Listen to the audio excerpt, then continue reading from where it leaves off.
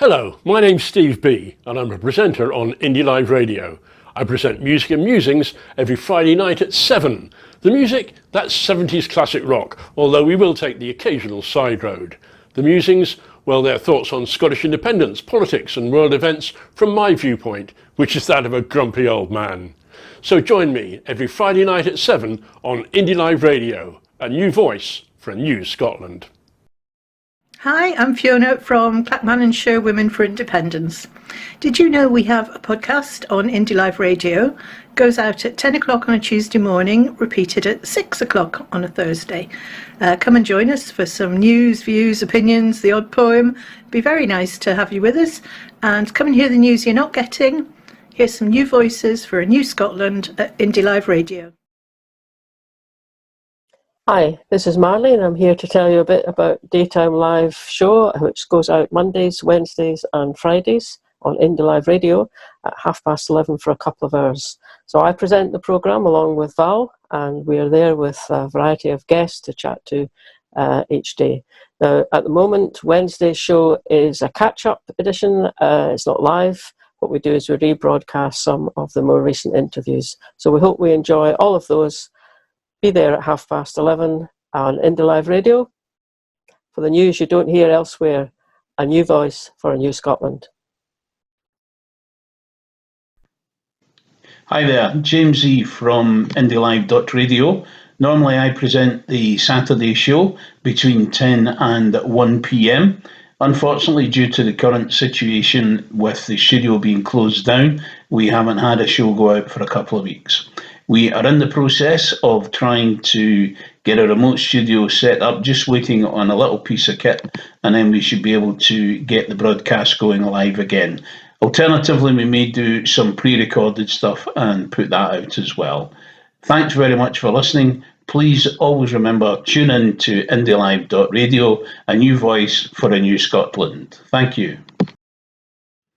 Hello everyone. I hope and trust you're managing to cope with COVID-19.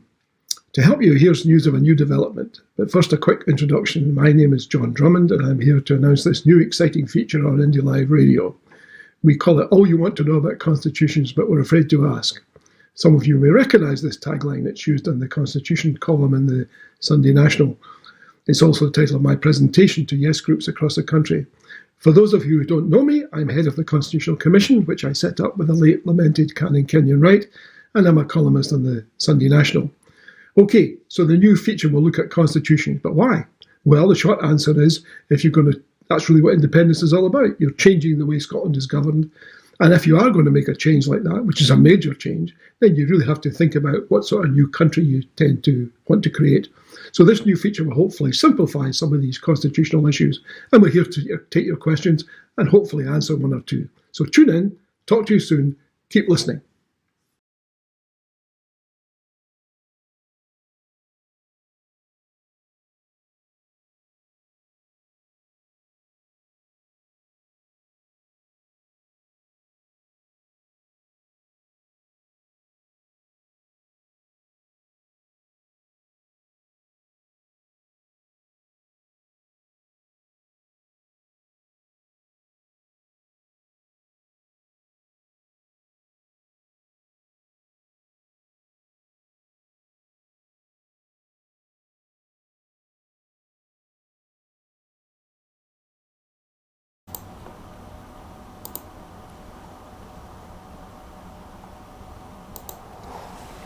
And welcome to our live event here. I'm with Lindsay, I hope, if he can hear me okay. I can hear his mic going.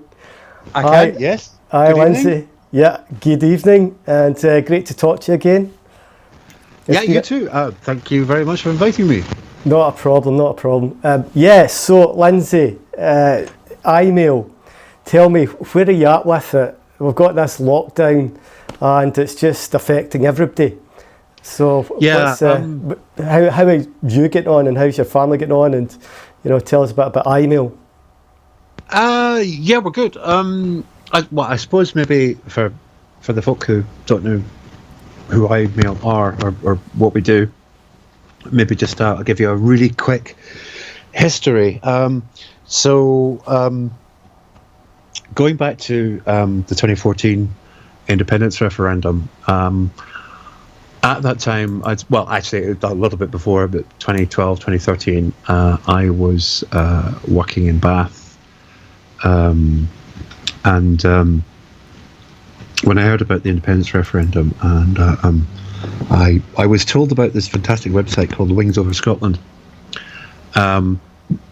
by some people, like my immediate family, who were waxing lyrical about some of the fantastic content on it.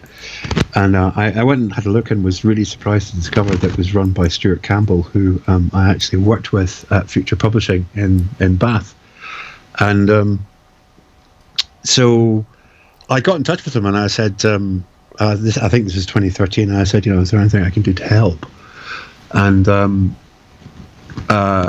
we actually started by sending out, it was his donation perks, which I think he had promised but probably not delivered for nearly a year or so. And so I said, no problem, because I used to do fulfillment for a charity. And so I said, just send me the details and I'll send them out for you. You don't have to worry about it anymore.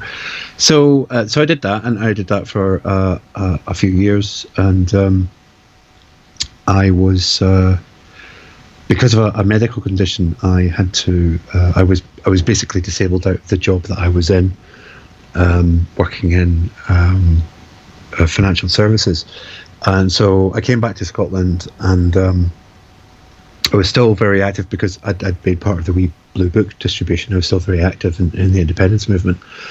And I decided, because I was home, this was a perfect opportunity to get even more involved, rather than just part-time, is to actually go sort of full-time in terms of trying to support the independence movement. And because I come from an IT background, I was interested in using the skills that I'd gained to try and support the broader Yes community. So I started iMail in 2016 with the view to help Yes groups fundraise to get hold of campaign materials like leaflets and T-shirts and mugs and things like flags. And so we started on that basis, and what we do is we tend to run 1 or 2 crowdfunders a year to raise funds to get something specific. So usually it's things like the flags, which we get custom made in bulk, and then we pass those on to Yes groups for them to sell locally and to raise funds for themselves, so that they have a kind of a war chest that they can use to fund their own activities. It's we kind of branched out into printing more leaflets and just anything we can do that will support the broader Yes community. And we've worked a lot with people like Englishscots for Yes, the Maths Campbell, and Matt Campbell, and you guys on occasion. You've think of the list now, really. Do you know what? It's like you must be so well known amongst Yes groups. Maybe not as many people know you out with those. In the wider community, but the Yes groups, you're supporting all those Yes groups. Banners, badges, and Independence Live, and Indie Live Radio. You got his leaflets printed and distributed as well. Yeah, it's really is something what you are doing. Yeah, it's thanks largely to, because what we wanted to try and do was to get Yes groups to leverage each other. So one of the first guys I got in contact with was Jason from the National Yes Registry. Yeah. Who? He's a lovely, lovely guy. He's fantastic. I think he's in Portugal in lockdown at the moment. Yeah. I hope he's listening. Big shout out to you if you are, Jason. Absolutely. You and Ed are just phenomenal. But they were trying to network all of the Yes groups together. That was one of the key things. Was to try and work with them, because it gave us access to pretty much all of the S groups around Scotland, of which I think there's about probably 200 now. Right. And that allows us to be able to get in touch with them and say, look, here, we are doing this project where we're building these kits, and we've got flags for you, we've got badges, we've got stickers, we've got leaflets. So here's how you get them, and it's all subsidised by Crowdfunder. And you can take this stuff and you can go and fundraise, and you can raise awareness in your local community. So that's what we've been doing for 4 years, pretty successfully, and kind of bringing us up to date. We got to the end of last year, and we started to hear about the coronavirus when the outbreak happened in Wuhan. And the moment I heard about it, I kind of had this feeling that it wasn't going to be like SARS or MERS or some of the previous kind of outbreaks that were fairly well contained. I just had this feeling that this was going to be a bit bigger. So I kind of started to keep a track on it, and by the time we got to January, it became clear that this is going to be pretty big. So we had planned to do a kind of another big indy kit, and we put up a fundraiser for that. And but by that time, it was clear that coronavirus was going to kind of take over the narrative, and it was going to become the biggest thing that the country was going to have to deal with. So right now we kind of normally we subsist off not the crowdfunders per se, but things like sales of T-shirts and mugs and stuff through our website. And well, we'll actually have, if people look at the screen, you'll see we've got the details there for the email appeal and online store. So you can see that on the screen. It's email for forgetting. It's going out to radio as well. So thank you for that. So it's email.scot is your website. That's your online store, isn't it? And so that's where we have. You can go on there and you'll find things like obviously T-shirts, mugs, and flags, but also things like some of Colin Dunn's fantastic leaflet designs and postcards, along with people like Keep Scotland the Brand, who have run a fantastic campaign to try and get people to prioritise buying local Scottish produce, but also to get. Actually, I'll just jump in here, Lindsay. I can show people your website, right? So here we go. Right, so there's a website on the screen.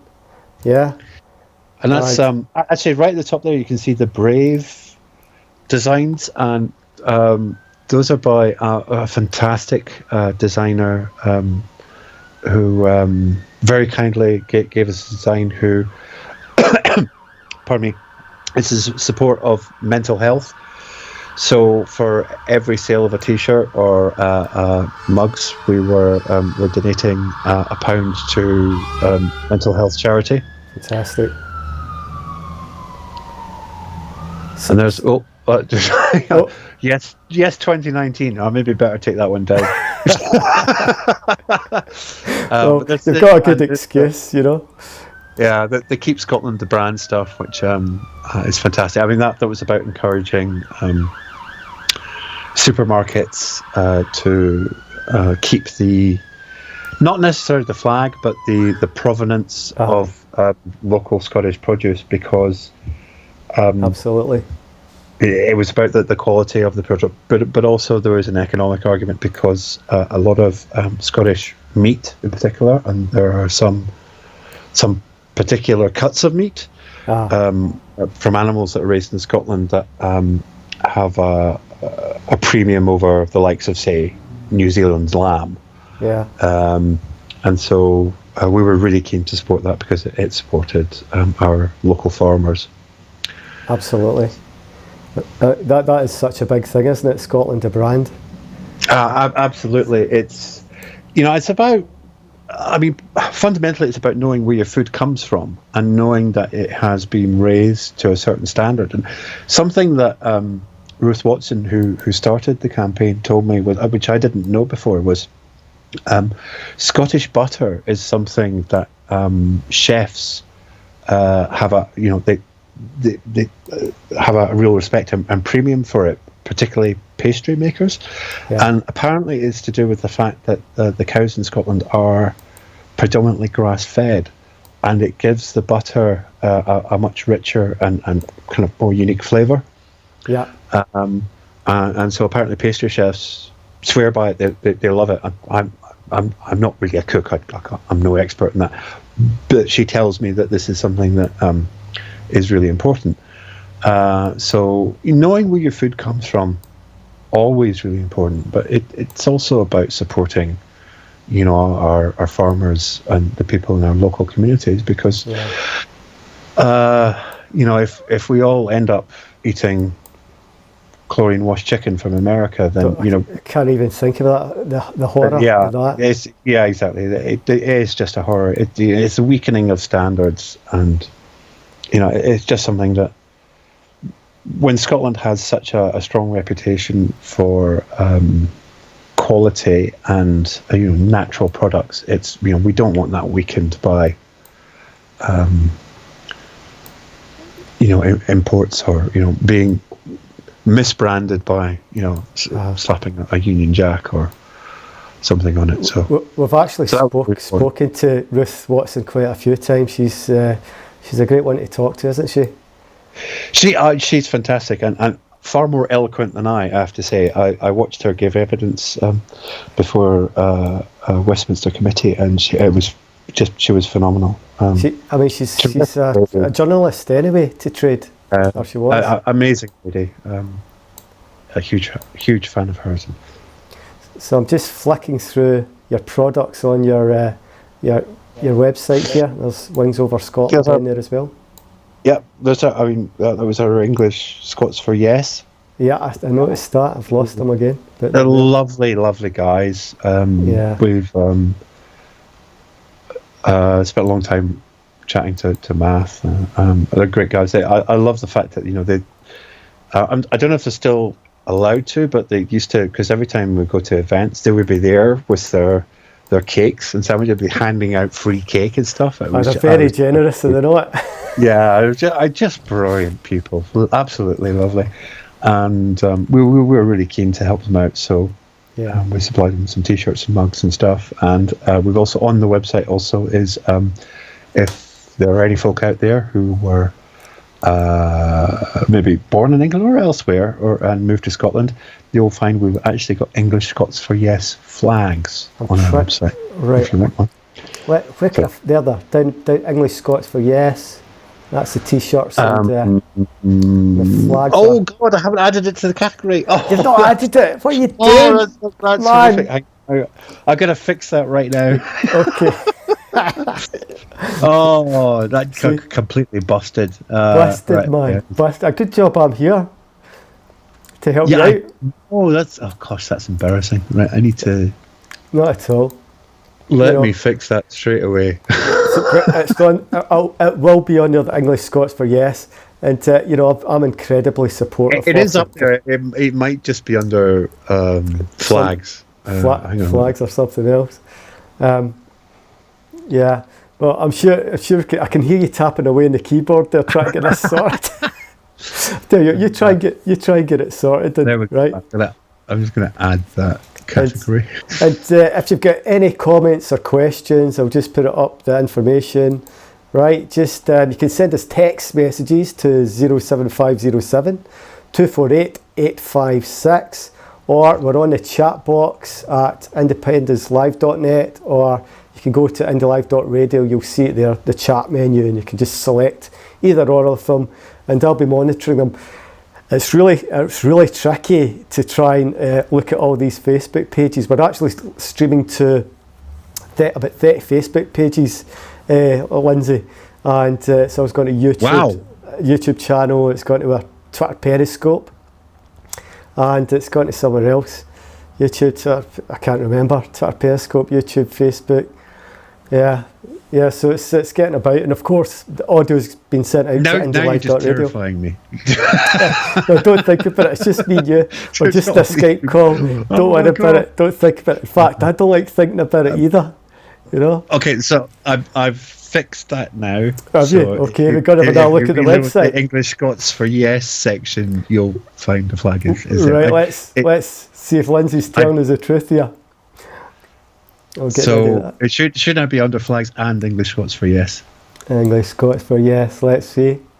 Oh, I think I just saw it there. Oh, wait a minute, flags. Oh, it I should might be. need to do a refresh. There you go. Oh, are you doing the back? Did you do the back one? Is that it there? That's it, yeah. Right, there you go. I'm sorry folks, I'm eating a tablet. I need to eat this tablet. I've got a reason for it. I've quit smoking. So medical reasons, mate. Medical reasons. Sorry, yeah, forget about the smoke. Yeah, it's for medical reasons. So there you go. Excellent. It's only £6. Oh God, you can zoom over it. Wow. Yeah, exactly. So cool. Well, this is, I mean, it's one of the reasons we exist is to kind of, one of the key things we do is you save so much money if you order in bulk. Right. So it's pretty much how we started. We started doing. It was an idea which I shamelessly nicked from a gentleman called Mark Pickett. Excellent. Who did the original 10,000 flags for yes crowdfunder back in was it 2013 or 2014? Brilliant.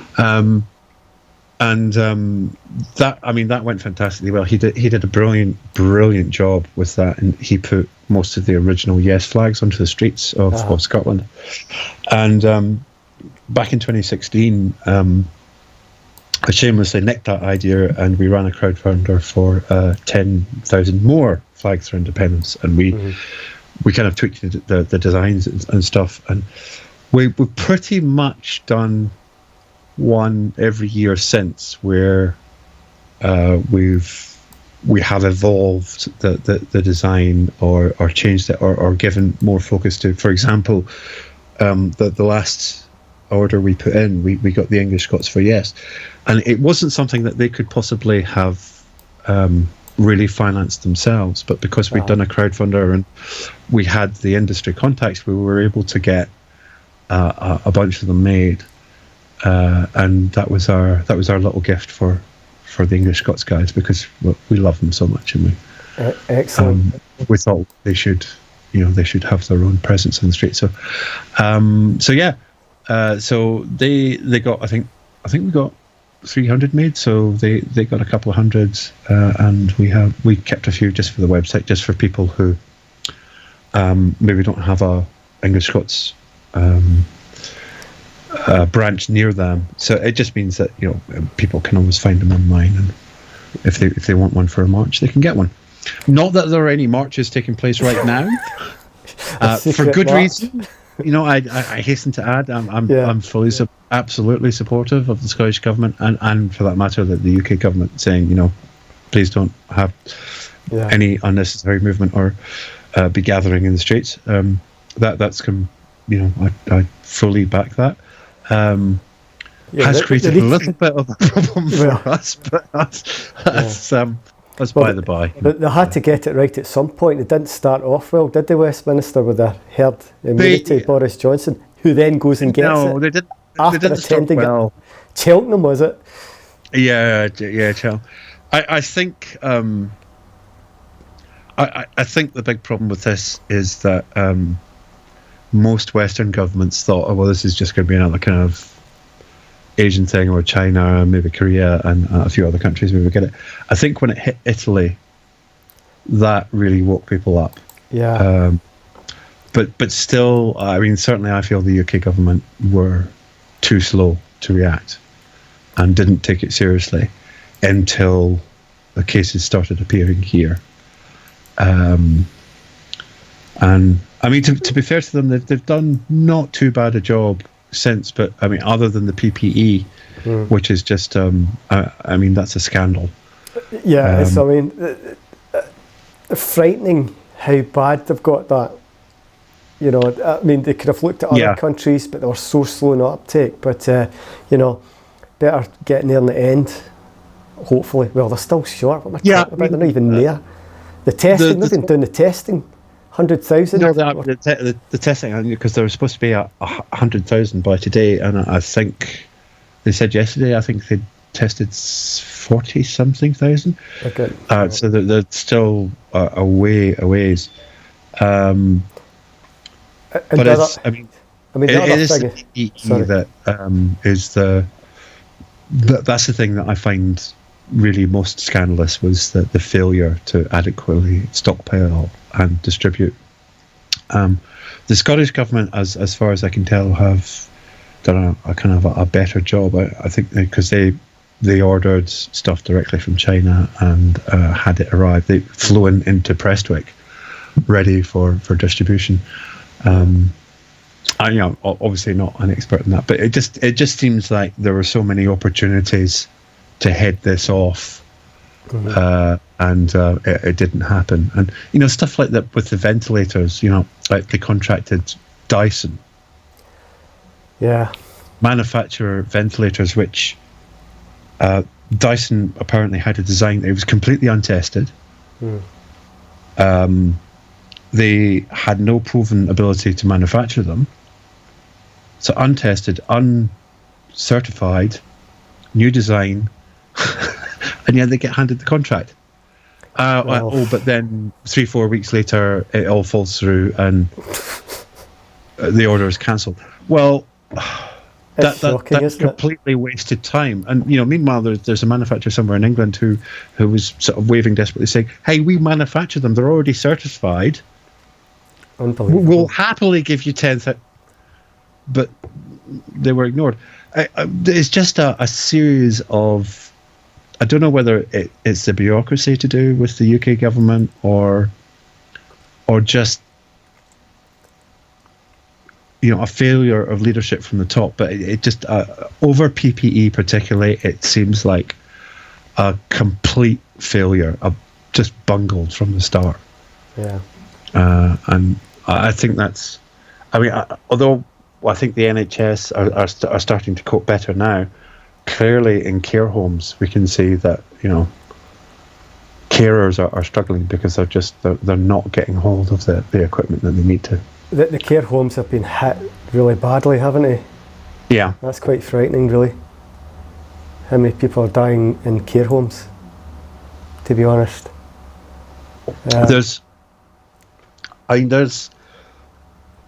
There is a strong argument that says that with the private care homes, it is the responsibility of the owners to provide their staff with the protective equipment.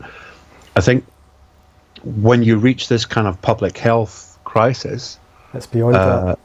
Yeah, that the government does have to step in, but it's just, I mean, because I've been, you know, I've been looking for things like disposable gloves and face masks and stuff because I have a health condition, which means I actually use the gloves on a regular basis prior to coronavirus coming in. And they are exceedingly difficult to get now. So you have to kind of look further afield to China and stuff.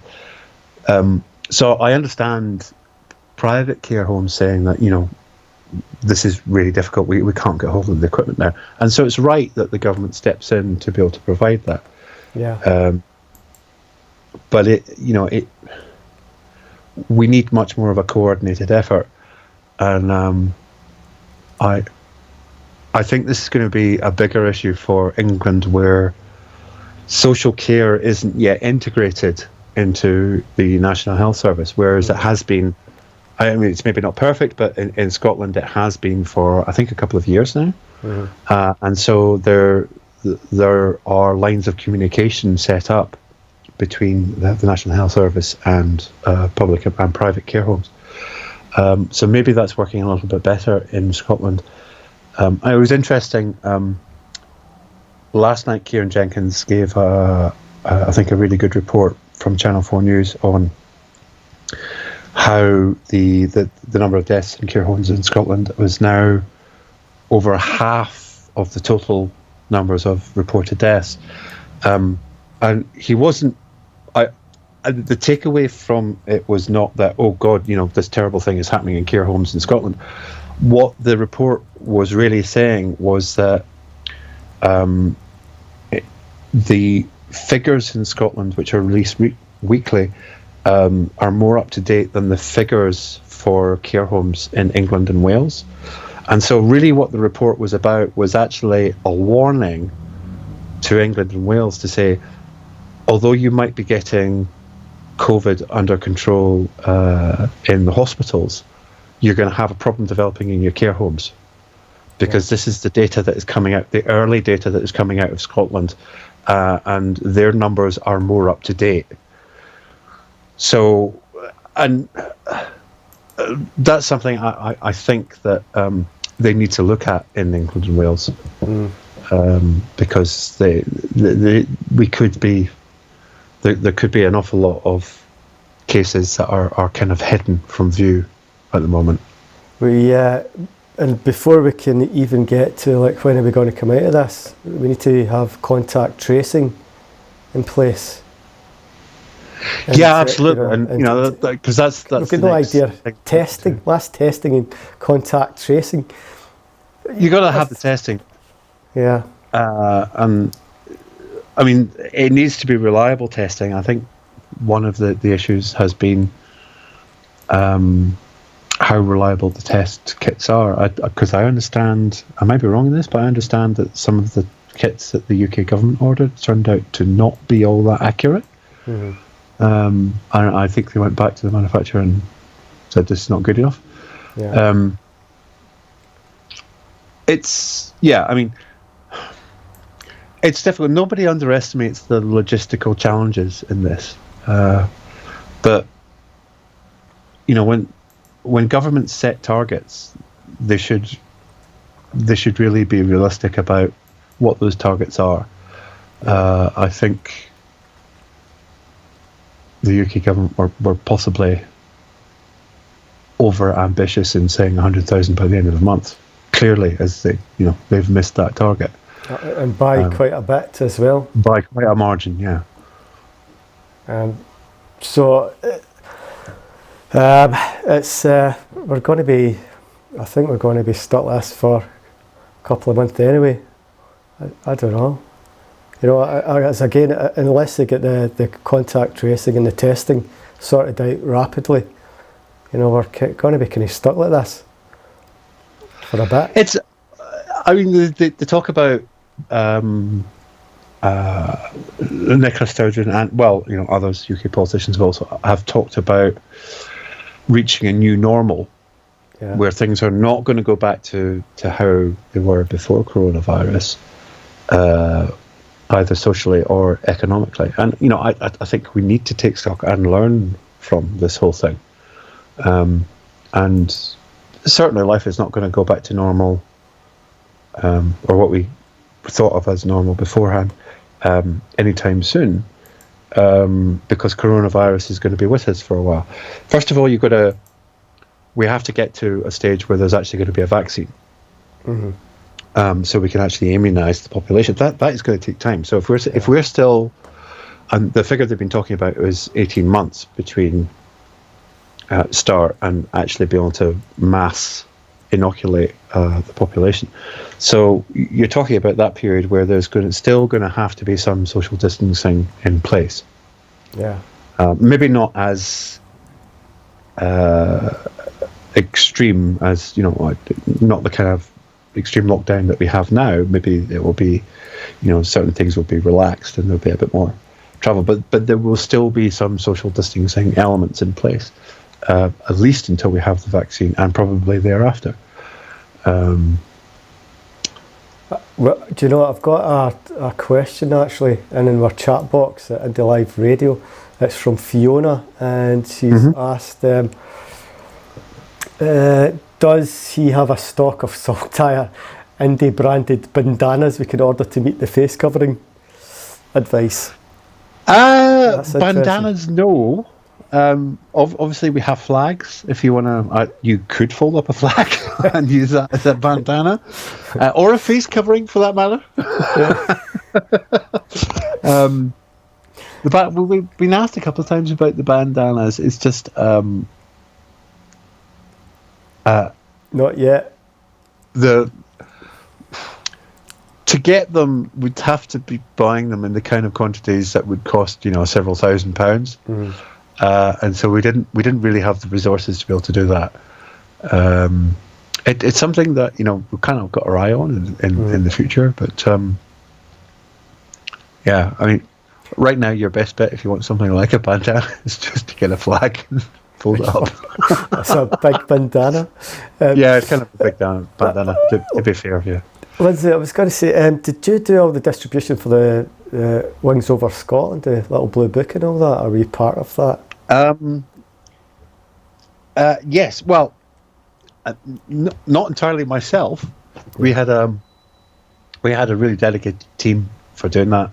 Some fantastic guys and a network of people around the country who kindly gave over sections of their garages and their living rooms and incredible, and other storage places. Guys who volunteered to drive vans and to deliver into the Highlands and to the islands, and it was wow. It was a phenomenal experience. It's one of the things I think I'm most proud of, was because it was, to my knowledge, it was the largest free book distribution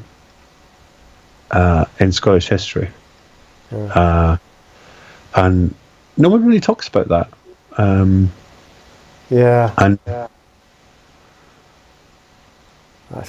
that's very interesting. Yeah, and we're kind of we're pretty much all ready to do it again when the occasion arises. It's something that I know Stu has talked a lot about. Stu's got quite frustrated. You can, if you look at his tweets, he's anxious. He's anxious to start Indy Rev 2. I appreciate pretty much everyone in the independence movement is. I guess the note of caution I would give, and I know I'll get pelters for this, I really will. I'll probably get loads of hate mail online and stuff, but pile on. A bit of a pile on. I think, to be honest, we need to be realistic about what may or may not happen this year. Coronavirus is the big thing that every government in the world is focused on right now. Yeah, I'm afraid so. That's just how it has to be, isn't it? It's in reality, it's pretty much the only story that people are paying any attention to. Yeah, that's another thing. That's what the whole attention has been taken up with. Families, worried about parents or whomever. It's exactly. People are worried about parents and grandparents or vulnerable people around them, how to look after them, how to try and keep them isolated, but also keep them fed and keep them healthy, both physically and mentally, because lockdown can have can take a huge physical and mental toll. Absolutely. People also are quite rightly obviously worried about their income, whether they've been made redundant or furloughed, or even people who still have jobs, or how long am I going to have this job? How secure is it? These are all concerns, genuine concerns that people have. And then on top of that, you still have Brexit looming at the end of the year, and the Tories still seem to be. They are absolutely wedded to this idea that we are leaving at the EU at the end of the year, despite the current health crisis which has hit us, which is going to have a massive social and economic impact, and but we're falling off a cliff. Everybody's focus is on dealing with this health crisis, and quite rightly. But I think it's absolutely crazy for the UK government to be saying no, we're leaving in December no matter what. I think Rab was asked that at Westminster, the question time, and he kind of looked rather sheepish. I think it was Keir Starmer went and asked him, about Brexit, and why are we doing this? We're already taking a big, massive economic hit, and you kind of faffed it a bit. But it's just insane to believe in the EU. It's utterly insane to believe in the EU when we're going through a massive economic crisis. Yeah, I mean, if you look at all the other events, and okay, Brexit. I mean, yes, it's a huge deal, but if you look at all the other things, the elections, the things like the conference for the parties that was supposed to be held in Glasgow this year, that's been delayed until next year. I just think, looking at it, it's a responsible thing to do is to say to people, look, we have to deal with, first and foremost, it's should be every government's priority is the health and safety and protection of their citizens. So, sorry, but, global pandemic that is killing people takes priority over leaving the EU. Yeah, that's my view. Absolutely, and but it was always a bit of a con job anyway. The whole Brexit stuff, we watched it during Indy Ref, the lies that were thrown at us and by the media, and Brexit was always a shambolic mess. Yeah, I mean, I understand that there are people even within the Yes movement who didn't like the EU and probably voted for Brexit. I know some, but. I mean, I think you just have to look at some of the promises that were made that have so quickly unravelled. But even if you're still a fan of leaving the EU, are you sure that you really want to do it right now? And I think the answer, most people would say, well, no, actually. Because right now people don't want, I mean, whilst they're worried about their family, they're worried about their jobs, they're worried about, just what the next few weeks are going to bring. They really don't need any more uncertainty or upheaval. And getting back to my original thing about why people probably need to be realistic about any movement on independence this year is outside of the independence movement itself, I just don't think there's any appetite for hearing about it whilst we're dealing with this crisis. Now, that's not to say that there aren't things that we can be doing. Because although we can't go out on marches, although we can't go out and leaflet and or have town hall meetings and talk about independence and take questions and stuff, there's a lot of stuff that we can be doing to prepare for when the lockdown ends, when the crisis passes, when we can all sort of get back together and start talking about it again. And we can do an awful lot of planning. We can do an awful lot of stuff online. We can, just starting to behave as if we are an independent country is, and or having that mindset is an important change. Yeah. So I don't see this necessarily as downtime or dead time, because there's a lot that we can be doing during this period. Well, it's interesting you should say that, because I've just put my top tip up on the screen. I don't know if you can see it there, Lindsay. And that's for musicians and indie streamers. As I just said, this is a great time for planning. It's a great time to pick up new skills. And absolutely. Nice segue there, by the way. Thank you.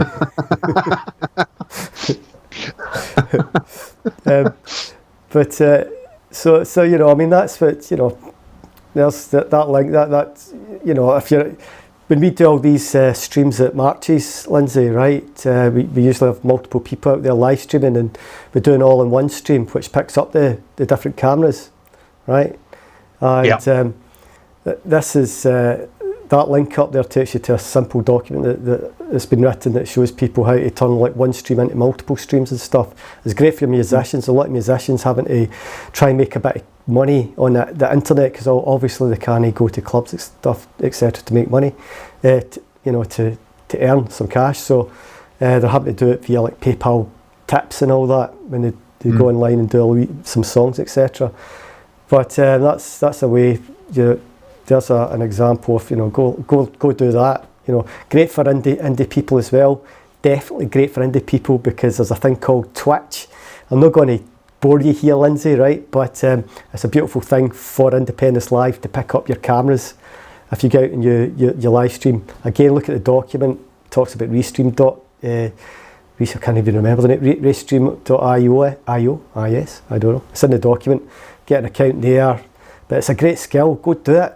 I mean, you get plenty of time, folks. You're listening in here.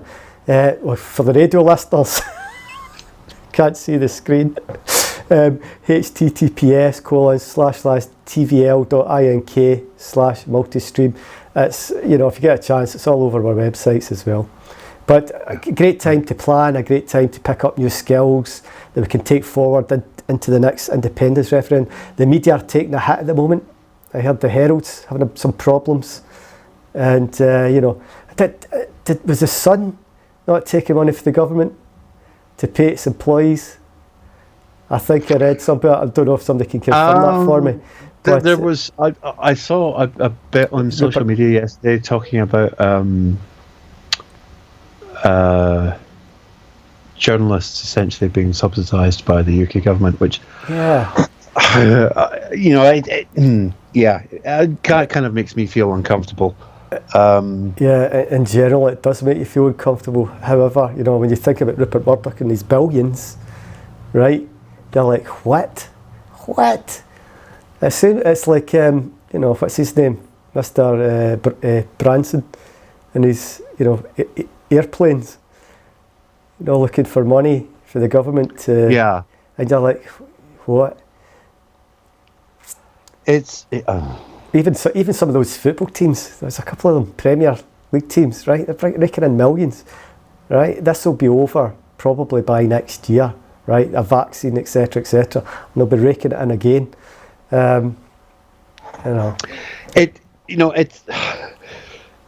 It's not to go all kind of, or to go too socialist here, but because I kind of view myself as being a kind of middle of the political spectrum, libertarian, who I do believe in capitalism. I do believe that markets can be a power for good, but it's amazing how many times you get industries, particularly like say finance, who say don't regulate our industry, let the markets decide, and they scream and will turn the newspapers against the government if you dare to try and regulate or to introduce any kind of controls on the market. But these people are also the first to shout and put their big balls out the moment there is a crisis that affects their business. Yeah, it's like then that's when you get state socialism kicking in and helping them out. So it's like, it's like the airlines instance. Oh, well, we must have government help. Right. Well, okay. And it's not that some sectors don't require help, but I know it's just in some instances, I think it's a little bit rich for them to scream and say we must have government intervention and to protect our jobs and our industry, when normally these people are desperate to keep the government away from them, and they say the markets will take care of everything. In reality, I mean, because you have to have both. You have to have free enterprise. You have to have a competitive marketplace in order to drive down prices to advance technology. Competition is good, but regulation is also good because it protects consumers. Yeah, and it protects people's lives. It protects their livelihoods. It's why we have. You don't end up with chloride chicken. Exactly. It's why, and this is the, that kind of sums it up, is that attitude is where the Americans say, hey, look, it's perfectly safe. The chlorine has killed all of the bacteria, all the bugs in it. It's perfectly safe to eat. And the EU takes a stance of saying, well, if you looked after the animals in the first place, you wouldn't need to kill any bacteria. Yeah, and exactly. it's basically about that. And you get, because the rules in the EU, and there are a lot of them, but the animals have a better life, which consequently means that you get a better product at the end of it. Yeah. So this is the old thing about free markets versus regulation, and in reality, we need a balance. You need to have both. I was going to talk to you about. There's a lot of because there's such a big economic hit, Lindsay. Right, you're finding. I think even Rev Stew's not doing a crowdfunder this year, right? We get totally caught in the hot. We started with crowdfunder in the lockdown. I think I mentioned it earlier. We had because every year we do at least one crowdfunder where it's about because we talk to people in the independence movement and we say, okay, what is it that we need next? What's the next thing that we need to accomplish? And usually it's we try and do things where we'll start a crowdfunder project to do something like bring in 10,000 flags or whatever, or I can't remember I remember I've lost count of the number of leaflets we produced. It's about 3 million. We'll do a crowdfunder to say, okay, this is we want to print X number or hundreds of thousands or whatever of this particular leaflet, and it's usually something that Colin Dunn has put together because he's just phenomenal. He's amazing. Indie poster boy, he is brilliant. Yes, isn't he? Indie poster boy. Lovely man, and just really gifted when it comes to designing infographics and getting them across. So we try to do that at least once a year, maybe twice a year, and we'll produce like a kit of stuff, which we then go to the S groups and say, right, okay, we've got this bundle of stuff for you that you can distribute to get your message out, but also the stuff in the kit that you can sell to generate funds for yourself. And the model that we use is when we do a crowdfunder, we try and avoid having any of our running costs in that. We try and make sure that every single penny actually gets spent on things like leaflets or flags or whatever it is that we want to distribute.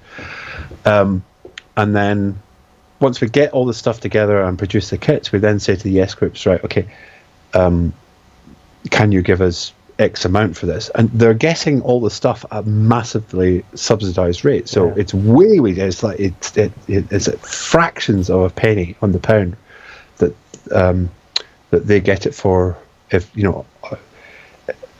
compared to what they would have to spend if they were trying to produce it themselves.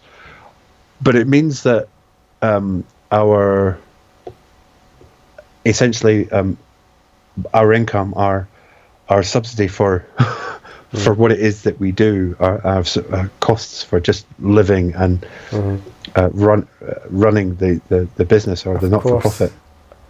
And people can support you. It largely comes from the yes groups, because we're asking them to give us back a little bit in order to deliver them the huge amount of materials that they give.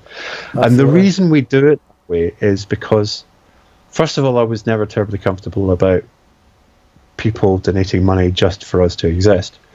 But also we realized that doing it that way means that every single penny that gets donated just stretches so much further.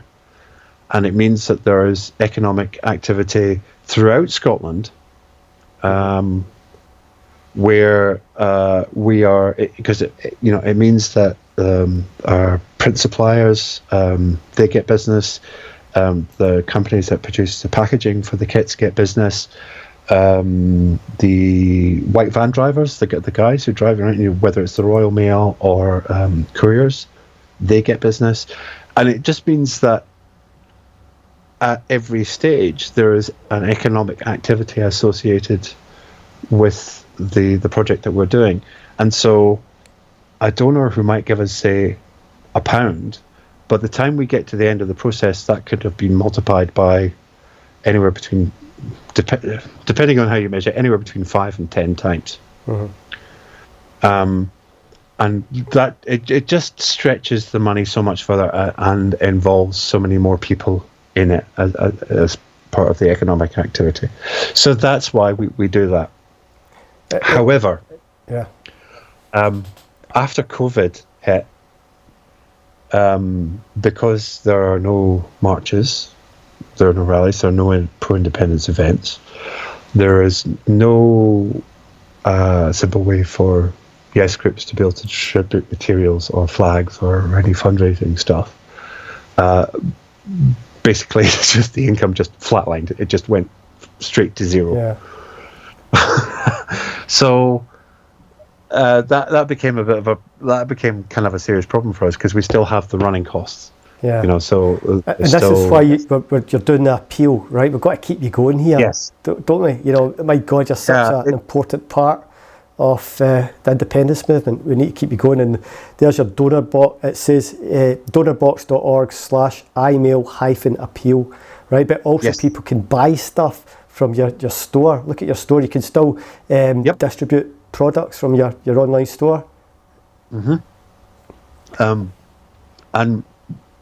it's although we prefer not to kind of ask money just for us to survive, we took the view is that if we still need to survive. We're a not-for-profit, so you know we don't have millionaire or billionaire kind of backers. We're just essentially it's me and my immediate family who are running this operation out of a tiny place in the Scottish borders, and we took the view that we feel we need to be here next year. And as it stood, because the model that we were using, which was working pretty well, we hadn't really counted on there being a global pandemic. And once there was, the model kind of stopped working. So to be perfectly honest, this crowdfunder is basically about a stopgap, is to get us through this kind of horrendous period. And I know everybody else is in exactly the same position. Everybody else is just trying to get through this period. And we're not asking anybody, to dig into the pockets when they can't afford it. It's only give us money if you've got it to spare. You don't need it for anything else.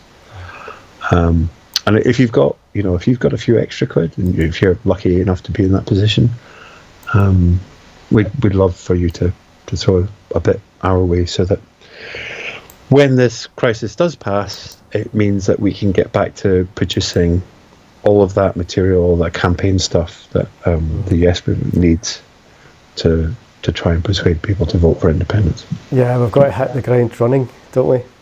Yes, absolutely. And see the last time you did the big the big indy kit, the big indy kit, I mean, how much quantity are we talking here? It was just over 4 tons of material. 4 tons. Oh my God! 4 tons doesn't sound like a lot, but I've got that sounds a lot to me. I've got a photo actually of it. Which unfortunately I can't share because there's some personal stuff in there. But if I can describe it to you, this because we do it, like I say, we do this out of a small place in the borders. It's not a warehouse. It's actually, if I'm honest, it's my parents' house, because they have a nice big courtyard to drop pallets in. Because I have a flat in Edinburgh, which I don't really use, because my parents' place we have a nice big open plan place with a big hallway, and yes, a nice big concrete courtyard to drop pallets of stuff in, which is really important for deliveries when you're getting stuff from China or for Germany or all the other places that we bulk order stuff from. But so this photo is of a hallway in my parents' house and it's kind of like you know that scene at the end of Raiders of the Lost Ark with the massive warehouse with the boxes going back into almost into infinity, and there's the guy pushing the trolley that's got the ark, and he kind of turns the corner around some boxes, and it just disappears into this vast warehouse. It was kind of like that, with where we had boxes stacked 3 deep and 20 high. You mean easily 8 feet high, all the way along the end to of what's probably, I guess, I don't know, a 50-foot corridor. It was astounding. And that was 4 tons of flags, stickers, badges, and leaflets. Each kit weighed almost 40 kilos, and there was 100 of them. And it was... I think, I mean, that's by far, when we called it the big Indy kit, we weren't joking. It was by far the biggest kit that we've shipped out to yes groups. Did you say it was about 4 tons? Yeah, it was about 4 metric tons of materials that we... Right, well, I've just done a bit of trivia here for you. That's about the average size of a Asian elephant. There you go. Yeah. So... I just checked. Done a sneaky Google check. I thought it would be about that. When you think it, I mean, when you think, 4 tons, well, that's not that much. You think it's only a couple of family cars. It's that. Trust me, when you actually see it, they're all stacked. Especially when you have to lift it yourself, it's it's a lot. So. That's the kind of stuff that we've been doing. So I'm just going to say goodbye to the Indy Live radio listeners. I think I'm too late saying that. We've lost them now. No. Okay. God. Bye, guys. No, they'll be okay. We just continue. It's all right. Oh, well, we get to carry on. Yeah, we can do whatever we want. Man. We could have a bloopers reel later. Yeah. It was. I'd it scheduled in the radio to pull in the live audio live stream for an hour. So it just, I've got no control over that once I set it. So, but do continue. We can stay as long as you want, man. I'm easy. I've got my stop smoking tablets. Oh, lucky you. Yeah. I'm all right. So, yeah, I mean, it's kind of the reason for our existence is to be able to, because when there's not, when there isn't an election campaign on, there's not really, it's not like the SNP produce a huge amount of campaign material between elections. And so we figured rather than yes groups producing their own leaflets or trying to get small numbers printed, you save an astronomical sum of money when you can mass produce leaflets. Because I find it hard to believe that every yes group must know about these by now. And if they don't, I'll be shocked. I guess I hope so. I just, but then there are yes groups that are reconvening, every other day. There are. When we started, the number of still active yes groups was. I know, probably about 30, 35. It's a while since I've caught up with Jason at the National Yes Registry, but I think we're over 200 now. That's knowledge and skill and experience you've got over that time period, not to be thrown away. Do you know what I mean? That's why we need the support. You've got a great online store again. There's that link, donorbox.org/imail-appeal, right? Just a wee bit. Because it's so important, right? Maybe if there's SNP MPs or MSBs, Pro-Indy, Greens, SNP, whatever, maybe they could throw you a few bucks. Yeah, I mean, every little helps. We're not asking for huge amounts of money. I think, I'm perfectly happy telling people that the amount of income that we get to kind of live off is it's actually below the minimum wage. Yeah. It's actually below the income tax threshold. So yeah, exactly.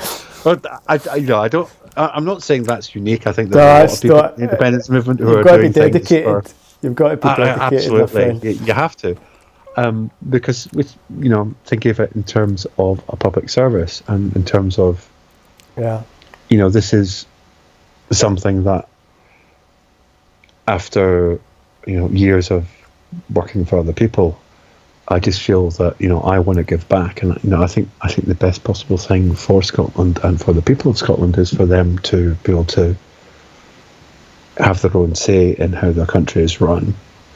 And I think we just have so much potential, and there's so much that we can contribute as a country to the world if we could just unshackle ourselves particularly from the City of London.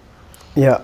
It's nothing against Londoners. It's just about nothing to do with the Londoners. It's the financial it's the City of London. It's the tax dodging capital of the world. Half of all the untaxed dark money in the world flows through the City of London. Yeah, it was set up for that. Yeah, and the inequality in the UK as a result of that is just, it's just way off the charts. If you actually look at inequality throughout Europe, there's a great chart from, I think it's the World Bank, where they measure the disparity. The incomes of the lowest paid and the highest paid against that of the income of the average income of the capital, and it kind of goes up and down. You look at different countries throughout Europe, but there's about the 30 odd countries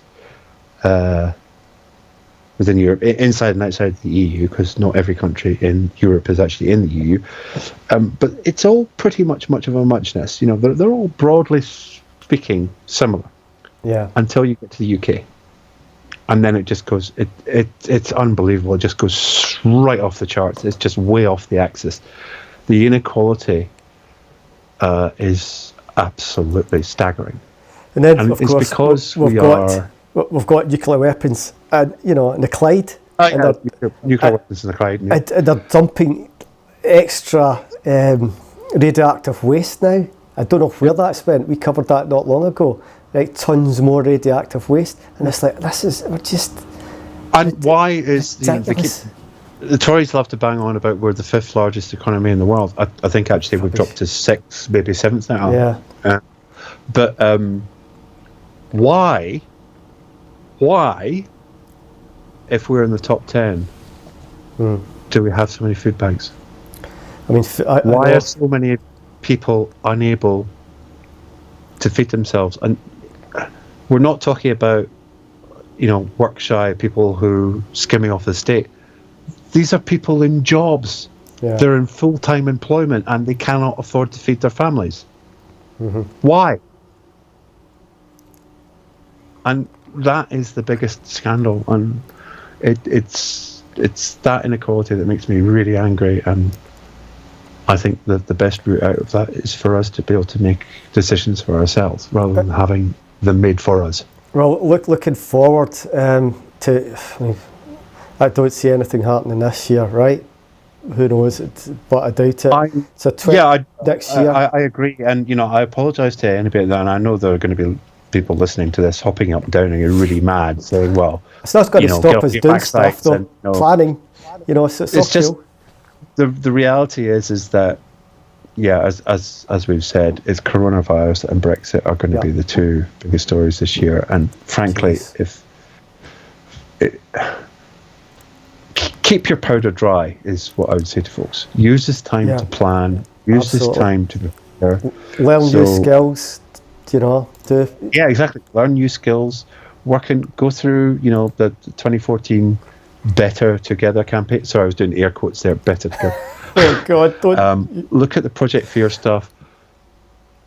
Come up with the arguments to defeat all of that, because all of that will get replayed again. It'll be Project Fear version 3. Well, Scotland Debrief. That's a great resource. Scotland Debrief. Yeah.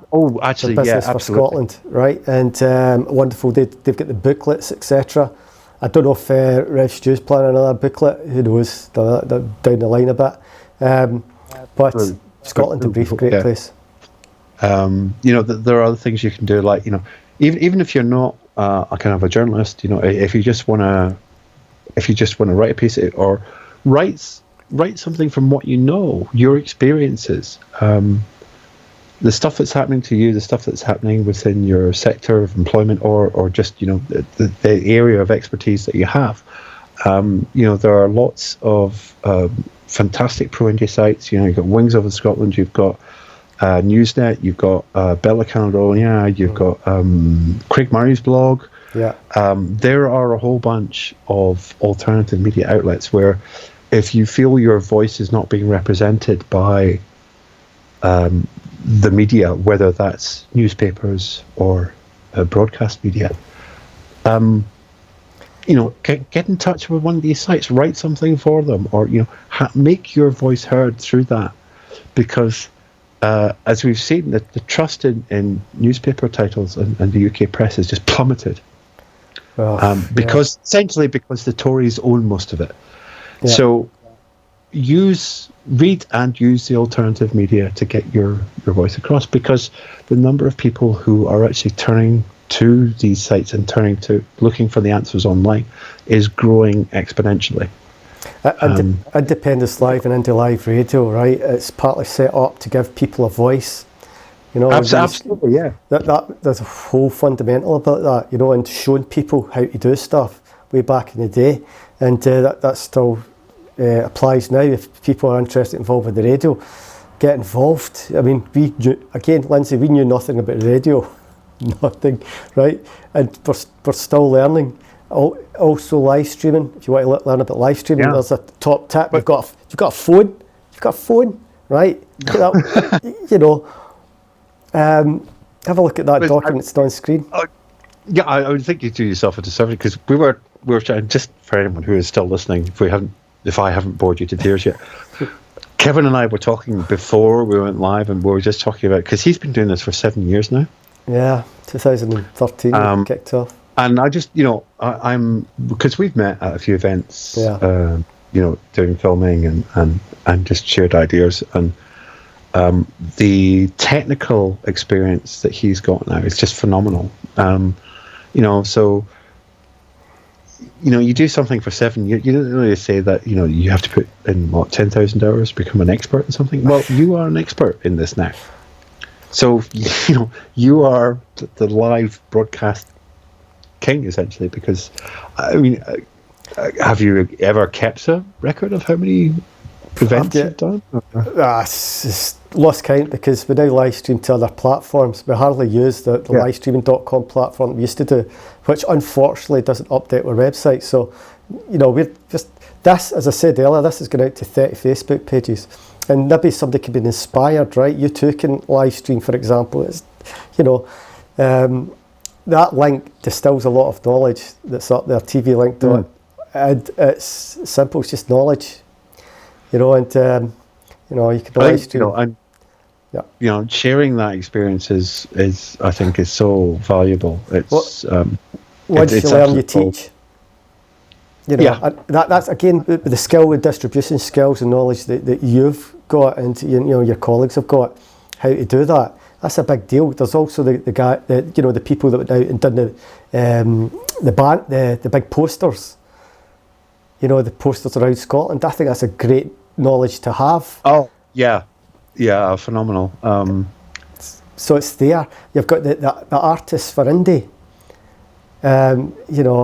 We scribbles and all that.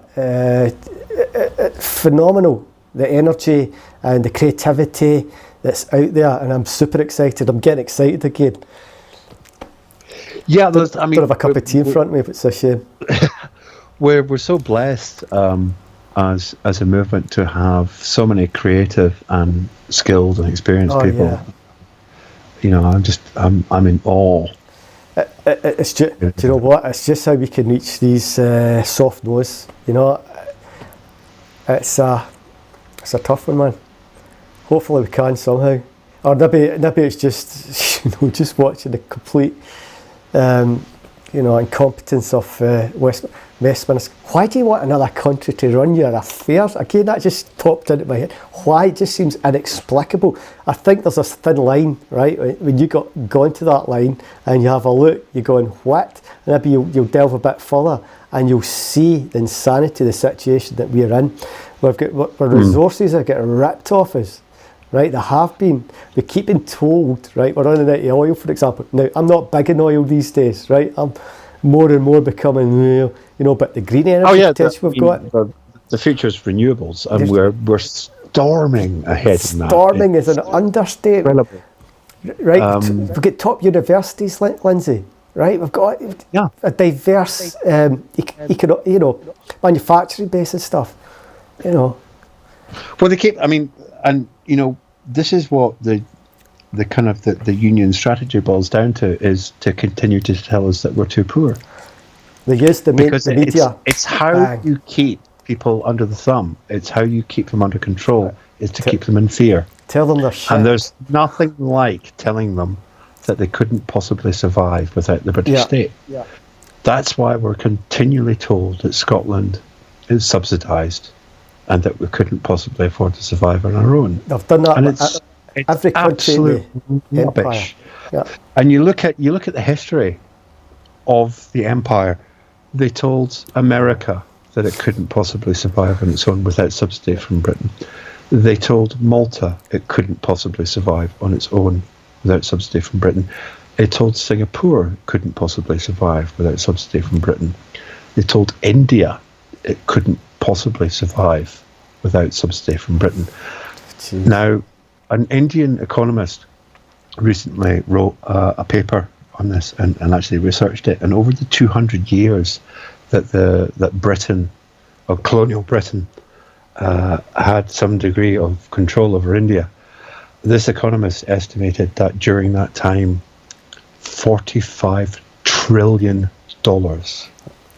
was extracted, taken from India and funneled to the United Kingdom. $45 trillion. Yeah, we're getting seriously. And they were still telling the Indians that they were too poor and they could not survive without support from Britain. Mm. Yeah, it's time to say let's be friends. Goodbye. Control. Yeah.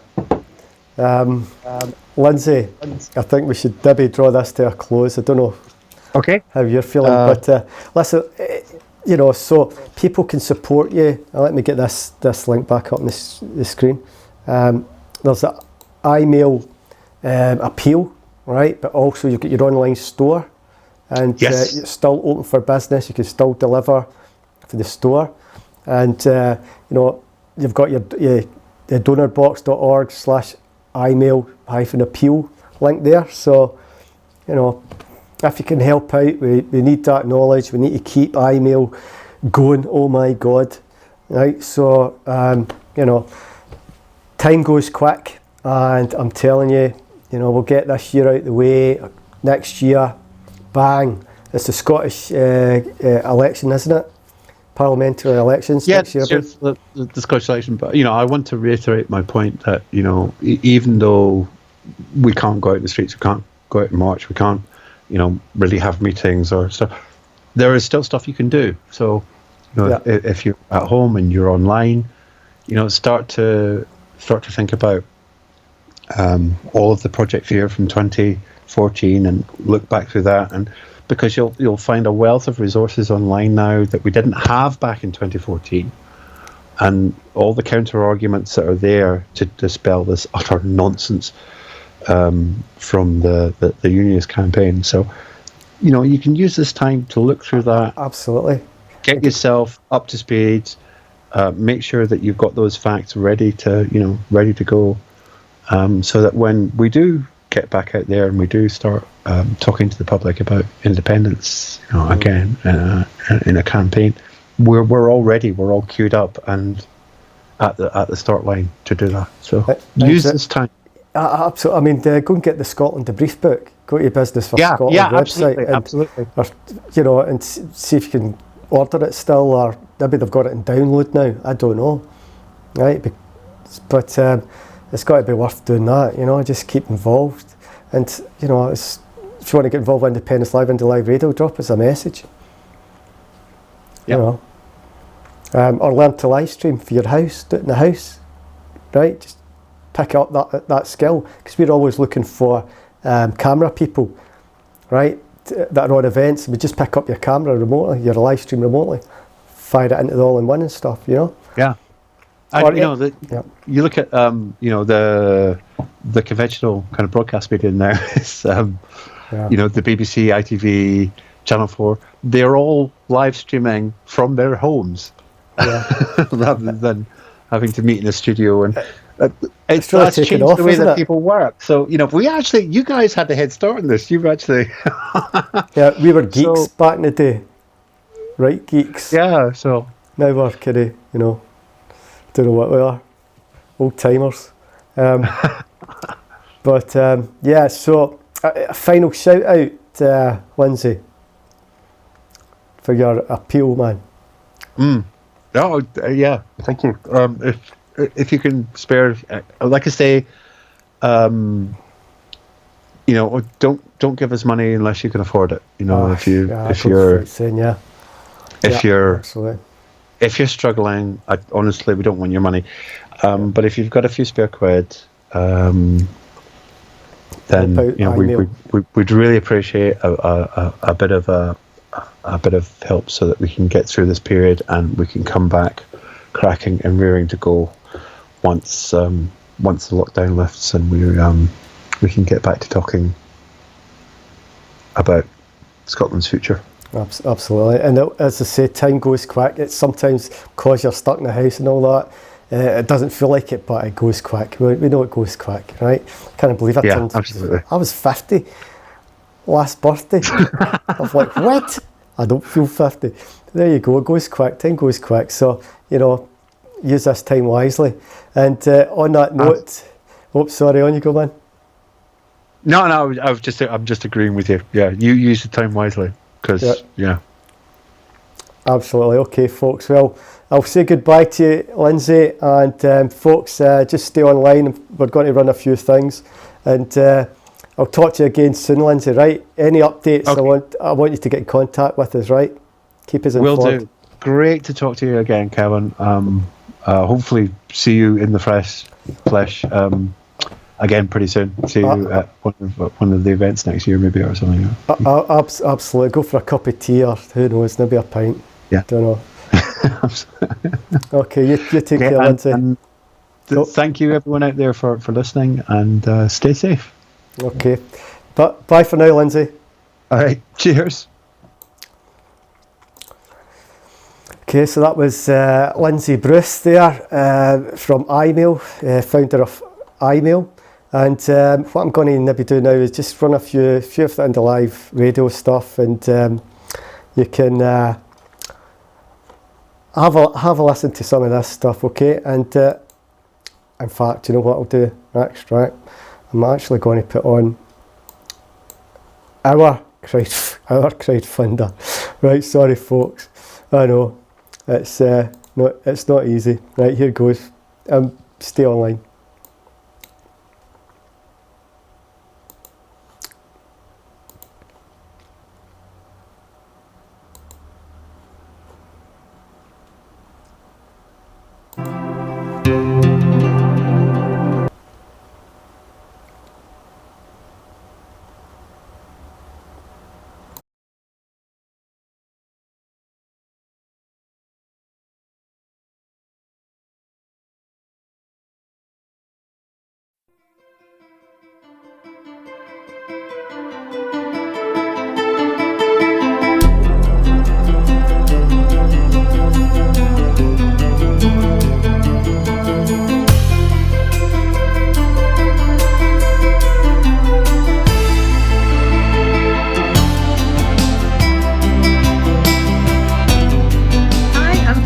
From Clackman and Show Women for Independence. Did you know we have a podcast on Indie Live Radio? Goes out at 10 o'clock on a Tuesday morning, repeated at 6 o'clock on a Thursday. Come and join us for some news, views, opinions, the odd poem. It'd be very nice to have you with us. And come and hear the news you're not getting. Here's some new voices for a new Scotland at Indy Live Radio. Hi, this is Marley and I'm here to tell you a bit about Daytime Live Show, which goes out Mondays, Wednesdays and Fridays on Indy Live Radio at 11:30 for a couple of hours. So I present the programme along with Val, and we are there with a variety of guests to chat to each day. Now, at the moment, Wednesday's show is a catch-up edition. It's not live. What we do is we rebroadcast some of the more recent interviews. So we hope we enjoy all of those. Be there at 11:30 on Indy Live Radio. For the news you don't hear elsewhere, a new voice for a new Scotland. Hello, my name's Steve B and I'm a presenter on Indy Live Radio. I present Music and Musings every Friday night at 7. The music, that's 70s classic rock, although we will take the occasional side road. The musings, well, they're thoughts on Scottish independence, politics and world events from my viewpoint, which is that of a grumpy old man. So join me every Friday night at 7 on Indy Live Radio, a new voice for a new Scotland. Hello everyone. I hope and trust you're managing to cope with COVID-19. To help you, here's news of a new development. But first, a quick introduction. My name is John Drummond and I'm here to announce this new exciting feature on Indy Live Radio. We call it All You Want to Know About Constitutions, but we're afraid to ask. Some of you may recognise this tagline. It's used on the Constitution column in the Sunday National. It's also the title of my presentation to yes groups across the country. For those of you who don't know me, I'm head of the Constitutional Commission, which I set up with the late lamented Canon Kenyon Wright, and I'm a columnist on the Sunday National. Okay, so the new feature will look at constitutions, but why? Well, the short answer is, that's really what independence is all about. You're changing the way Scotland is governed. And if you are going to make a change like that, which is a major change, then you really have to think about what sort of new country you tend to want to create. So this new feature will hopefully simplify some of these constitutional issues. And we're here to take your questions and hopefully answer one or two. So tune in, talk to you soon, keep listening. Hi there, James E from indylive.radio. Normally I present the Saturday show between 10 and 1 p.m. Unfortunately, due to the current situation with the studio being closed down, we haven't had a show go out for a couple of weeks. We are in the process of trying to get a remote studio set up, just waiting on a little piece of kit, and then we should be able to get the broadcast going live again. Alternatively, we may do some pre-recorded stuff and put that out as well. Thanks very much for listening. Please always remember, tune in to indylive.radio, a new voice for a new Scotland. Thank you.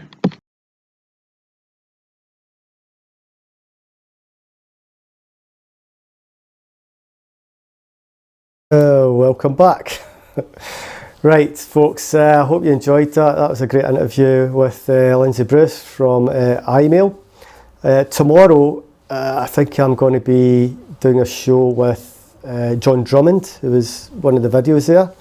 I'm not sure what time, but we're still to set up. But we're aiming for 2 o'clock on Indy Live Radio, so you can get the app. It's on the screen there.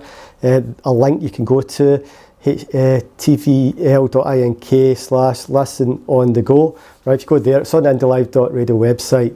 The menu's on there also, and you can get the iOS. You can get Android app for the radio, and you can get Alexa.